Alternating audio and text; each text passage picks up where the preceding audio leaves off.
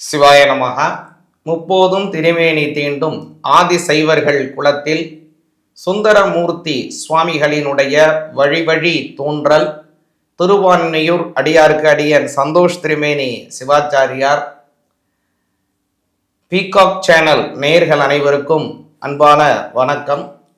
வரக்கூடிய விசுவாச வருடம் புத்தாண்டு நல்வாழ்த்துக்கள். வரக்கூடிய இந்த விசுவாச வருஷம் அப்படிங்கிறது ரொம்ப ஒரு அற்புதமான நல்ல வருடமாக வருகின்றது. குறிப்பாக சொல்லணும் அப்படின்னு பார்த்தீங்கன்னா, இந்த வருடத்தில் கால்நடை சார்ந்த விஷயங்கள், பசுமாடு சார்ந்த விஷயங்கள், அதே போல் ஆடு மாடு கோழி இந்த மாதிரியான கால்நடைகள் உற்பத்திகள் ரொம்ப அதீதமாகவும் அபரிமிதமாகவும் இருக்கும் அப்படிங்கிறது இடைக்காட்டு சித்தரினுடைய பாடல் வரிகளாக அமையுது. மேலும் பார்த்தீங்க அப்படின்னா, இந்த வருடத்தில் நல்ல மழை பொழிவதற்காக நல்ல வாய்ப்புகளும் உருவாகுகின்றது. முக்கியமாக குழந்தைகளுக்கு சில உடல் உபாதைகள் வருவதற்கான வாய்ப்பு இருக்கு அப்படிங்கிற ஒரு விஷயத்தையும் இடைக்காட்டு சித்தரினுடைய பாடல் மூலமாக அறியப்படுகின்றது.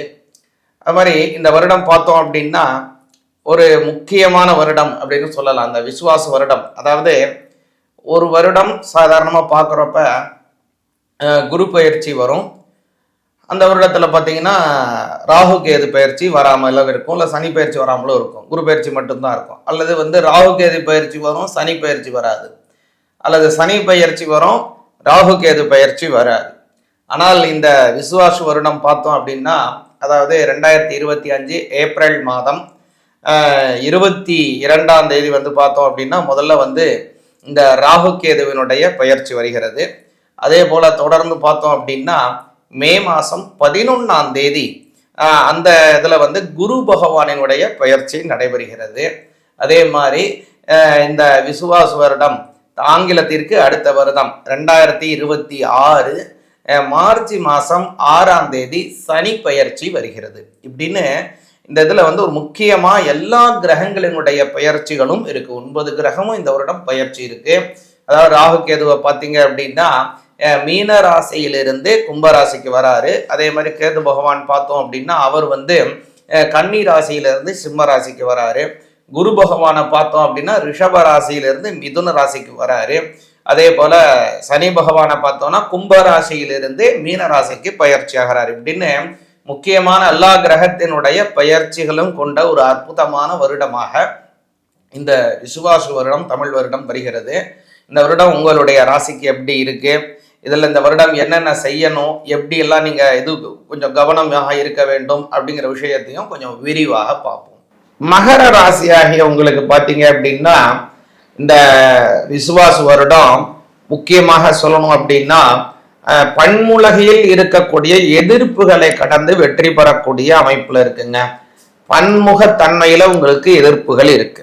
உங்களுக்கு 1-2 எதிர்ப்பு இல்லை, பல வகையிலும் எதிர்ப்பு இருக்கு. முக்கியமாக உங்களுடைய வளர்ச்சியை நிறுத்த வேண்டும், உங்களுடைய வளர்ச்சியை தவிர்க்க வேண்டும் என்னும்படியான சில எதிர்ப்புகளும் உங்களுக்கு இருக்கு. ஆனால் இந்த காலம் அப்படிங்கிறது அவைகளை எல்லாவற்றையும் தவிடுபடியாக்கும்படியான வளர்ச்சி உங்களுக்கு அமைய போதுங்க. முதல் விஷயம் 6க்கு மாறக்கூடிய குரு பகவான். அதாவது இந்த குரு பகவான் 6ஆம் பாவத்துக்கு வராரு. இதுவரை அவர் 5ஆம் பாவத்துல இருந்து 6ஆம் பாவத்துக்கு வராரு. ராகு கேது பார்த்தீங்கன்னா உங்களுடைய 3ஆம் பாவத்திலேயும் அதே மாதிரி இந்த பக்கம் 9ஆம் பாவத்திலிருந்தும் இங்க 2ஆம் பாவத்துக்கும் அஷ்டமஸ்தானத்துக்கும் வராரு. எப்போதுமே ராகுவும் கேதுவும் முன்னோக்கி போக மாட்டாங்க, பின்னோக்கியே போயிட்டு இருப்பாங்க. அதனாலதான் இவங்களுக்கு சாயா கிரகம் அப்படின்னு பேர். அதாவது இந்த குரு பகவானினுடைய பயிற்சி ரொம்ப முக்கியத்துவம் வாய்ந்ததா இருக்குங்க மகர ராசிக்காரங்களுக்கு. அதாவது குரு பார்வை, அதாவது குரு பகவானுடைய பார்வையில பல நன்மைகள் இருக்கு. 6ல மறைஞ்சாலும் கூட, அதாவது மகர ராசிக்காரங்களுக்கு இதுல ஒரு யோகம் என்ன அப்படின்னா 12ஆம் அதிபதி 6ஆம் பாவத்தில் மறைவது நல்லது. கெட்டவன் கெட்டிடில் கெட்டிடும் ராஜயோகம் அப்படின்னு சொல்லுவாங்க. அதனால நல்ல யோகத்தை தருது. இருந்தாலும் அவருடைய பார்வை நன்மையை தரும். ஒரு குழந்தை விளையாடி கொண்டு இருக்கு, ஒரு பார்க்ல விளையாடுது, ஏதோ ஒன்று விஷயம், அந்த குழந்தைக்கு ஏதோ காயம் பட்டுருச்சுன்னு வச்சுப்போம். உடனே அந்த குழந்தை என்ன செய்யும்? உடனே அந்த குழந்தை தன்னை தானே சுத்தம் செய்து கொள்ளும். உடனே அன்னை இருக்காங்களா அப்பா இருக்காங்களான்னு பார்க்கும். யாரும் இல்லைன்னா அந்த குழந்தை உடனே தன்னை சுத்தம் செய்து கொள்ளும், அழுது கொள்ளும், தன்னுடைய விஷயங்களை எல்லாம் போத்தி அதை சரி செய்து கொள்ளும் இல்லைங்களா? அதே அந்த குழந்தை விளையாடி கொண்டிருக்கு, அவங்க அம்மாவோ அல்லது அப்பாவோ அந்த குழந்தையை பார்த்து கொண்டு இருக்காங்க. அந்த சமயம் ஒரு 8 தூரத்துல இருந்து 2வது மாடியில இருந்து அந்த குழந்தைய வாட்ச் பண்ணிட்டே இருக்காங்கன்னு வச்சுப்போம். அந்த குழந்தைக்கு இப்ப காயம் பட்டுருச்சு. உடனே அவங்க தாய் தந்தையர் என்ன பண்ணுவாங்க? உடனே ஓடி வருவாங்க, அந்த குழந்தையை பாதுகாப்பாங்க, அந்த குழந்தைக்கு காயத்தை துடைப்பாங்க, மருந்து போட்டு விடுவாங்க, உடனே விசிறி விடுவாங்க. இதெல்லாம் செஞ்சு அந்த குழந்தைக்கு சௌரஷ்ணை பண்ணுவாங்க. அப்போ ஒரு கெடுபலன் நடந்தாலும் கூட அந்த குரு பகவானுடைய பார்வை பட்டால் நமக்கு நல்லது, பார்வை படவில்லை என்றால் அது கெட்டது. நல்லா புரிஞ்சுங்க. அதே மாதிரிதான் இந்த சமயத்தில் குரு 6ஆம் பாவத்தில் மறைந்தாலும் கூட அவர்கள் ராஜயோகத்தை தருவார்கள் என்பதும் கூட ஒரு பக்கம் இருந்தாலும் அவரினுடைய பார்வை மிக மிக மிக முக்கியமானதாக மகர ராசிக்காரங்களுக்கு இருக்குங்க. முதல்ல சொல்லணும் அப்படின்னா குரு பகவான் உங்களுடைய 12ஆம் பாவத்தை பார்க்கிறாரு, உங்களுடைய தனஸ்தானத்தை பார்க்கிறாரு, உங்களுடைய ஜீவனஸ்தானத்தை பார்க்கிறாரு. தனஸ்தானம் அப்படிங்கிறது குடும்பம், வாக்கு, பேச்சு, தெளிவான சிந்தனை எல்லாத்தையும் தரக்கூடிய அமைப்புல முதல்ல நல்ல குரு தராரு.